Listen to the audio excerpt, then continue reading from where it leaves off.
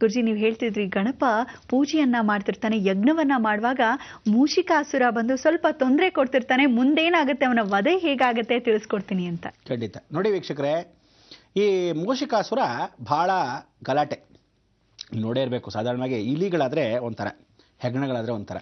ಇವತ್ತು ರೈತರೆಲ್ಲ ಪಾಪ ಎಷ್ಟು ಕಷ್ಟಪಡ್ತಾರೆ ಅಂದರೆ, ದವಸ ಧಾನ್ಯಗಳನ್ನೆಲ್ಲ ಒಂದು ಕಡೆ ಹಾಕ್ಬಿಟ್ಟಾಗ ಒಂದು ಚೂರು ಇಲಿ ಬಂದ್ಬಿಡ್ತು ಅಥವಾ ಹೆಗಣ ಬಂದ್ಬಿಡ್ತು ಅಂದರೆ ಅದೋ ಗತಿ ಪಾಪ.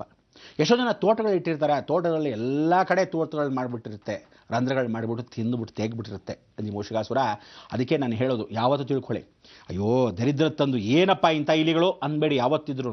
ಒಂದು ಚೂರು ಅಂದರೆ ಯಾವತ್ತಾದರೂ ಇಲಿಗೆ ಬೈದ್ರಿ, ಇವತ್ತಿಗೂ ನಾನು ಏನು ಹೇಳ್ತೀನಿ ಅಂದರೆ ಅವನು ವರ ಬೇರೆ ಕೊಡ್ತೇನೆ ಮಹಾಗಣಪತಿ, ಕಲಿಯುಗ ಬೇರೆ. ಅದಕ್ಕೆ ಎಷ್ಟು ಗಣಪತಿನ ನೀವು ಸ್ಮರಣೆ ಮಾಡ್ಕೊತೀರೋ ಇಲಿಗಳು ದೂರ ಆಗುತ್ತೆ, ಇಲಿಗಳನ್ನ ಎಷ್ಟು ಬೈತೀರೋ ಜಾಸ್ತಿ ಆಗುತ್ತೆ, ಹೆಚ್ಚಾಗುತ್ತೆ. ಹುಷಾರ್. ಅದಕ್ಕೋಸ್ಕರ ಇಲಿಗಳನ್ನ ಯಾವ ಕಾಲಕ್ಕೂ ಬೈಬಾರ್ದು. ಆದರೆ ಆ ಕಾಲದಲ್ಲಿ ಏನಾಯಿತು, ಈ ಮೂಷಿಕಾಸುರ ಅಂತಕ್ಕಂಥವನು ರಾಕ್ಷಸ ಸ್ವರೂಪ ಅಲ್ವೇ, ಗುಪ್ತೇನ ಸ್ಥಿರ, ಗುಪ್ತವಾಗಿ ಬರೋನು, ಆ ಕಡೆಯಿಂದ ಬಂದ್ಬಿಡೋನು, ಎಲ್ಲ ರೀತಿಯಾಗಿ ಬಂದು ಏನು ತೊಂದರೆ ಕೊಡ್ಬೋದು. ಅವನಿಗೆ ನಾರದ ಮಹಾಮುನಿಗಳು ಆಶ್ರಮಕ್ಕೆ ಹೋಗಿ ಹೇಳ್ಬಿಟ್ಟಿರ್ತಾರೆ, ಅಲ್ಲ ಕಣಯ್ಯ, ನಿನಗೇನು ತಲೆಗಿಲೆ ಕೆಟ್ಟಿದೆಯಾ ನೋಡು, ಅವ್ನು ಸಿದ್ಧಿ ಬೇರೆ ಮಾಡ್ಕೊಂಡ್ಬಿಟ್ಟ, ಮಹಾಗಣಪತಿ ಸಿದ್ಧಿ ಪಡಿಸ್ಕೊಳ್ಳದೆ ಇದ್ದರೆ ಯಜ್ಞೋಪವಿ ಧಾರಣೆ ಆಗಲ್ಲ ಅಂದೆ, ನೋಡು ಅವನು ಅದನ್ನು ಮಾಡ್ಕೊಂಡ್ಬಿಟ್ಟ, ಇನ್ನು ನಿನ್ನ ಮೃತ್ಯು ಗ್ಯಾರಂಟಿ. ಯಾರು ಅವನ ಎಷ್ಟೇಷ್ಟಿದ್ದಾನೆ ಕುಳ್ಳಿಗೆ ಅವ್ನು ನಂಗೆ ಸಾಯಿಸ್ಬಿಡ್ತಾನ ಅಂತ, ನಿನಗೇನು ಗೊತ್ತು, ಅವನೇ ನಿನ್ನ ಮುಗಿಸೋದು, ನೋಡ್ತಾ ಇರು ಅಂತಾನೆ.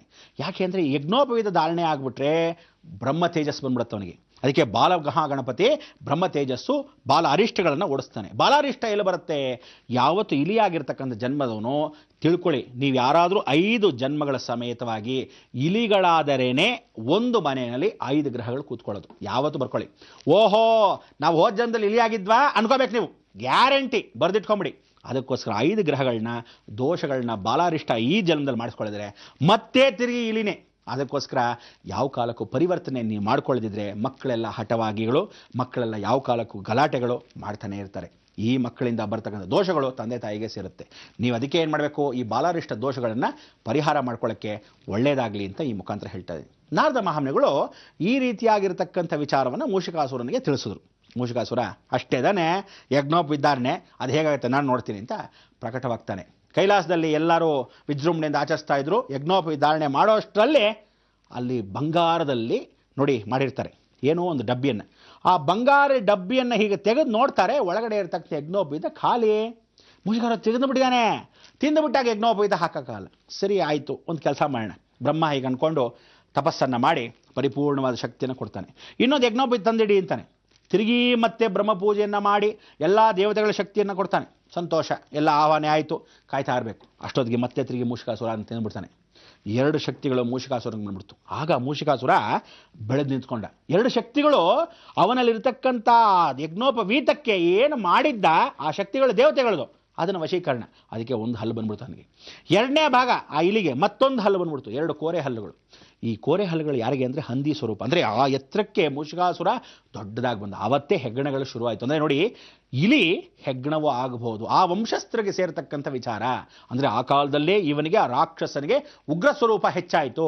ಇಂಥ ಒಂದು ಸಮಯದಲ್ಲಿ ಆ ಮೂಷಿಕಾಸುರನ ವಧ ಮಾಡಬೇಕು. ಸರಿ, ಯಾರು ಮಾಡೋದು ಅಂತ ಹೇಳಿ ಮಹಾಗಣಪತಿಗೆ ಕೊನೆಯದಾಗಿ ಯೋಚನೆ ಮಾಡ್ತಾನೆ. ಇಂದ್ರ ಬಂದು ಹೇಳ್ತಾನೆ, ಯೋಚನೆ ಮಾಡಬೇಡ, ನಾನೇ ಸ್ವತಃ ನಾಗಾ ದೇವತೆಗಳನ್ನೆಲ್ಲ ಕರೆದು, ನಾಗಾನುನಾಗದ ದೇವತೆಗಳನ್ನ, ಒಂದು ನವನಾಗ ಪ್ರತಿಪೂರ್ವಕವಾಗಿರ್ತಕ್ಕಂಥ 8 ಜನ, ತತ್ಪುರುಷಾಯ ವಿದ್ಮಹೆ ಸಹಸ್ರಪಣಾಯ ಧೀಮಹಿ ತನ್ನೋ ನಾಗೇಂದ್ರ ದೇವತಾ ಪ್ರಚೋದಯಾತ್. ಅಂದ್ರಾಗ ನಾಗೇಂದ್ರ ದೇವತೆಗಳೆಲ್ಲ ಬಂದರು. ಭಾಳ ಸಂತೋಷ, ನಾಗೇಂದ್ರ ದೇವತೆಗಳೆಲ್ಲ ನೀವೆಲ್ಲ ಈಗ ಯಜ್ಞೋಪವೀತ ಆಗಬೇಕು ಅಂತಾನೆ. 1, 2, 3 ಆ 3 ಎಳೆಗಳು ನೋಡ್ಬೋದು, ತಕ್ಷಕ, ಸುರುಚಿ, ನಾಗರಾಜ 3 ಎಳೆಗಳಾಗಿ ಹಾವುಗಳಾಗಿರುತ್ತೆ. ಒಂದೇ 3 ಹಾವುಗಳು ಸೇರಿ ಒಂದು ಯಜ್ಞೋಪವೀತ ಆಗುತ್ತೆ, ನಾಗ ಯಜ್ಞೋಪವೀತ. ನಮಸ್ಕಾರ ಮಾಡಿ ಅದರೊಳಗಿರ್ತಾರೆ. ಇನ್ನು ಡಬ್ಬಿಯನ್ನು ಮುಚ್ಚಿಟ್ರು. ಎಲ್ಲಾದರೂ ಹಾವು ಹತ್ರ ಇಲಿ ಹೋಗುತ್ತಾ? ನೋಡುತ್ತೇ, ಹೆಡೆಯನ್ನು ಎತ್ತಾ ಇದ್ದಾನೆ ಇಂದ್ರ. ಅಂದರೆ ಇಂದ್ರ ಕಾಣ್ತಾ ಇದ್ದಾನೆ ಮುಂದೆ, ಇಂದ್ರ ಕಾವಲು ಕಾಯ್ತಾ ಇದ್ದಾನೆ, ನಾಗೇಂದ್ರ ಮುಂದೆ ನಿಂತಿದ್ದಾನೆ. ಓ, ಸರ್ಪ ಕಾವಲಾಗೋಯ್ತು, ನಾವೇನು ಮಾಡೋಕ್ಕಾಗಲ್ಲ ಅಂತ. ಸರಿ, ಆಗ ಬ್ರಹ್ಮ ಹೇಳಿ ಮಾಡ್ತಾನೆ, ಯಜ್ಞೋಪವೀತ ಅಂತ ತೆಗುತ್ತಾನೆ. ನಾಗ ಯಜ್ಞೋಪವೀತ ಗಣಪತಿಗೆ ಹಾಕ್ತಾನೆ. ಇವತ್ತಿಗೂ ನಮ್ಮೆಲ್ಲ ಮನುಷ್ಯರಿಗೆ ಬರೀ ಯಜ್ಞೋಪವೀತ, ಬರೀ ದಾರವನ್ನು ಹಾಕಿರ್ತೀವಿ. ಆದರೆ ಅವನಿಗೆ ನಾಗ ಯಜ್ಞೋಪವೀತ ಇವತ್ತು ನೋಡ್ಬೋದು, ಹಾವಿನ ಸ್ವರಮಾಳೆ ಇದ್ದ ಹಾಗೆ ಅವನ ನಾಗ ಯಜ್ಞೋಪವೀತ ಧಾರಣೆ ಮಾಡಿರ್ತಾರೆ. ಈ ದಿನ ಅವನಿಗೆ ನಾಗ ಯಜ್ಞೋಪವೀತ ಬ್ರಹ್ಮಚಾರ್ಯತ್ವವನ್ನು ಪಾಲಿಸ್ತಕ್ಕಂಥ ದಿನ. ಅದಕ್ಕೆ ಮಹಾಗಣಪತಿ ಹಬ್ಬವನ್ನು ನಾವು ಹರಿದ್ರಾ ಗಣಪತಿನ ಪೂಜೆ ಮಾಡಿ ಮೂಷಿಕಾಸುರ ವಧ ಮಾಡಿರೋದ್ರಿಂದ ಆ ಗಣಪತಿಗೆ ಕಡುಬನ್ನು ನೈವೇದ್ಯ ಮಾಡೋದು. ಯಾಕಂದರೆ ಕಡುಬನ್ನು ಬಾಯಿಲಿ ಅಂತ ನಾಯಿನ ಕರಿಯಲ್ವಾ, ಹಾಗೆ ಆ ಇಲಿಯನ್ನು ಕರಿಯಕ್ಕೆ, ಅಂದರೆ ಕಡುಬು ತುಂಬ ಇಷ್ಟ ಯಾರಿಗೆ? ಮೂಷಿಕಾಸುರನಿಗೆ. ಇವನ್ನು ಕರೆದು ಆ ಮೋದಕಗಳನ್ನಲ್ಲಿ ಇಟ್ಕೊಂಡಾಗ ಅವನು ಬರೋ ಸಮಯಕ್ಕೆ ಇವನೇನು ಮಾಡ್ತಾನೆ, ದಂತವನ್ನು ಮುರಿದು ಬಿಸಾಕ್ತಾನೆ. ಬಿಸಾಕೋ ಸಮಯಕ್ಕೆ ನೋಡ್ತಾನೆ, ಅವನು ಜಗನ್ಮಾತೆ ಅಮ್ಮ ಭವಾನಿ ಅಂತ ಕೂಗ್ಬಿಡ್ತಾನೆ. ಯಾರೋ ಮೂಷಿಕಾಸುರ, ನನ್ನನ್ನು ರಕ್ಷಿಸು, ಏನು ಮಾಡ್ತೀಯಾ, ಕಾಪಾಡು ಅಂತ ಒಂದು ಗುಹೆ ಒಳಗೆ ಸೇರ್ಕೊಂಡ್ಬಿಡ್ತಾನೆ. ಇವತ್ತು ನೀವು ಆ ಗುಹೆ ಒಳಗೆ ಹೋಗಿ ನೋಡ್ಬೋದು.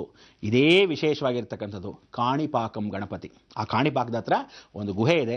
ಆ ಗುಹೆ ಒಳಗೆ ಹೋಗಿ ನೋಡ್ಬೋದು. ಇವತ್ತಿಗೂ ದಂತ ಇದೆ. ಪಾರ್ವತಿ ಏನು ಮಾಡ್ತಾಳೆ, ಸರಿ ನನ್ನ ಭಕ್ತನಿಗೆ ಮಾಡಬೇಕು ಅಂತೇಳಿ ತನ್ನ ಬಳೆಯನ್ನು ಹೀಗೆ ಬಿಚ್ತಾಳೆ. ಬಿಚ್ಚಿಬಿಟ್ಟು ಭೂಲೋಕಕ್ಕೆ ಹೀಗೆ ಬಿಸಾಕ್ತಾಳೆ. ತಾನು ಕೊಟ್ಟ ಮಾತನ್ನು ಕಾಪಾಡಬೇಕು. ಅದಕ್ಕೆ ಅವಳು ಬಿಸಾಕಿದಾಗ, ದಂತವನ್ನು ಮುರಿದು ಗಣಪತಿ ಹಾಕಿದಾಗ ಅದನ್ನು ರಕ್ತ ಕವಚವಾಗಿ ಕಾಪಾಡಿದ್ದೆ ಆ ಬಳೆ. ಅದಕ್ಕೋಸ್ಕರ ಒಳಗೆ ಹೋಗಲ್ಲ. ಯಾವ ಕಾಲಕ್ಕೆ ಅವನು ಹೊರಗಡೆ ಆ ಕಡೆ ಇದೆ ಮೂಷಿಕಾಸುರ.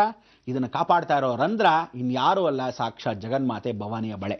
ಆಗ ಯಾಕಮ್ಮ ಹೀಗೆ ಮಾಡ್ತಾ ಇದೆಯಾ, ಅವನು ವರ ಮಾಡೋಕ್ಕೋಸ್ಕರ ಅಲ್ವಾ ಸೃಷ್ಟಿ ಅಂತ. ಅದಕ್ಕೆ ಯೋಚನೆ ಮಾಡಬೇಡ. ಇನ್ನು ಮೇಲೆ ಆ ಮೂಷಿಕಾಸುರ ನಾನು ಕರೆದು ನಾನು ವಿಚಾರ ಹೇಳ್ತೀನಿ. ನೋಡು ಮೂಷಿಕಾಸುರ, ನೀನು ಸಾಯಬೇಕು ಅಂದಿದ್ರೆ ಯಾವತ್ತೂ ಸಾಯ್ತಿದ್ದೆ. ಆದರೆ ನೀನು ಜಗನ್ಮಾತೆಯನ್ನು ಯಾವತ್ತೂ ಸ್ಮರಿಸ್ತಾ ಇದ್ದಿಂದ ಆ ಅಂಬಾಭವಾನಿ ಕಾಪಾಡಿದ್ಲು. ಆದರೂ ಸಹ ಈ ವಧಕ್ಕೆ ಪರಿವರ್ತನೆ ಆಗಬೇಕು. ಜೀವನ ಪೂರ್ತಿ ನೀನು ಅವನ ಸೇವಕನಾಗಿರಬೇಕು. ಆಯಿತು, ಚಪ್ಪಾಯಿತು, ಕ್ಷಮಿಸು ಅಂತ ಹೇಳಿದಾಗ, ಯಾವತ್ತಿದ್ರೂ ಇವತ್ತಿಗೂ ನಾವು ಆ ಇಲಿಯನ್ನು ಮಹಾಗಣಪತಿ ಜೊತೆ ಮೂಷಿಕಾಸುರನೇ ಸ್ವತಃ ನಾನು ಅವನ್ನ ಯಾವತ್ತಿದ್ರೂ ಸೇವಕನಾಗಿರ್ತೀನಿ ಅಂತ ಹೇಳಿ ನಮಸ್ಕಾರ ಮಾಡಿ ಗಣೇಶನ್ನ ಹೊತ್ಕೊಂಡು ತಿರುಗಾಡೋನೆ ಮೂಷಿಕಾಸುರ. ನೋಡಿ, ಗಣೇಶನಿಗೆ ಇಲಿ ಬಂತು, ದಂತ ಮುರಿದಿದ್ದು ಅವನಿಗೆ ವಧಕ್ಕೋಸ್ಕರ. ಜಗನ್ಮಾತೆಯ ಸೃಷ್ಟಿ ಮೂಲವಾಗಿರ್ತಕ್ಕಂಥ ಹರಿದ್ರಾ ಗಣಪತಿ ನಾಗ ಯಜ್ಞೋಪವೀತ ಧಾರಣೆ ಆಯಿತು. ಅದಕ್ಕೆ ಇವತ್ತೂ ನಾಗ ಯಜ್ಞೋಪವೀತನಿಗೆ ವಿಶೇಷವಾಗಿ ನಮಸ್ಕಾರ ಮಾಡ್ತಾ 3 ಎಳೆ ಜನವಾರವನ್ನು ಅವನಿಗೆ ಹಾಕಿ ನಾಗ ಯಜ್ಞೋಪವೀತಂ ಧಾರಣಂ ಕರಿಷ್ಯೆ ಅಂತ ನೀವು ಗಂಡು ಮಕ್ಕಳ ಕೈಯಲ್ಲಿ ಪೂಜೆ ಮಾಡಿಸಿದ್ರೆ ಖಂಡಿತ ಮಹಾಗಣಪತಿಯಲ್ಲಿರ್ತಕ್ಕಂಥ ವಿಚಾರ ಏನು ಅಂದರೆ ಎಲ್ಲ ಗಂಡು ಮಕ್ಕಳಿಗೂ ದೋಷಗಳು ಈ ರೀತಿ ಹೋಗುತ್ತೆ. ಗಣಪತಿಯ ಸೃಷ್ಟಿಯ ಮೂಲ ಇಷ್ಟೆಲ್ಲ ವಿಚಾರ ಆಗಿ ಈ ಗಣಪತಿಯನ್ನು ಭಾದ್ರಪದ ಚೌತಿ ಶುಕ್ಲ ಪಕ್ಷದಲ್ಲಿ ವಿಶೇಷವಾಗಿ ಅದಕ್ಕೆ ಒಂದು ಪರಿಣಾಮ ನಾವು ಮಾಡ್ಕೋಬೇಕು. ಆ ಪರಿಣಾಮ ಏನಾಗತ್ತೆ ಎತ್ತ ಅನ್ನೋದು ನಿಮಗೆಲ್ಲ ಗೊತ್ತೇ ಇದೆ. ಅದಕ್ಕೆ ಇವತ್ತು ಯಾರು ಚಂದ್ರನ್ನ ನೋಡಬೇಡಿ, ಚಂದ್ರನ ನೋಡಬೇಡಿ. ಜ್ಞಾಪಕ ಇಟ್ಕೊಳ್ಳಿ, ಚಂದ್ರನ ಒಂದು ಸರಿ ನೋಡಿಬಿಟ್ರೆ ಏನಾಯಿತು ಕೃಷ್ಣ ಪರಮಾತ್ಮನಿಗೆ ನಿಮ್ಗೆ ಗೊತ್ತೇ ಇದೆ. ಆದರೂ ಒಂದು ಸ್ವಲ್ಪ ಜ್ಞಾಪಿಸ್ತೀನಿ, ಮೆಲ್ಕನ್ನು ಹಾಕೋಣ. ನೀವು ಕಾಯ್ತಾ ಇರಿ, ಬಂದೆ.